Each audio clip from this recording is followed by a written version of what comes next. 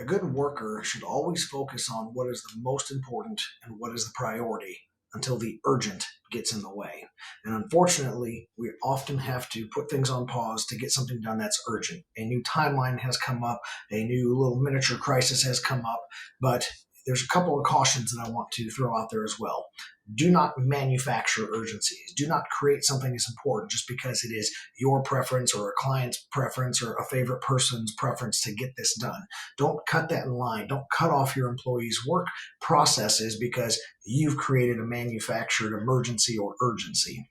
And based in most industries, there's not actual emergencies. Emergencies is like life and death and physical injury and the collapse of the entire entity, a shift in the entire industry that if we don't pivot today will cause us to be in ruin. Those are usually not existent in most industries. But urgency is something to get done, something you don't want to miss a deadline, get penalties, have extra fees and things like that. But those can be urgent. You need to get those knocked out. But focus on the importance things and focus on those prioritized things that are on your schedule. That is very important. And also keep in mind the second thing, that someone else's failure to plan does not constitute your urgency.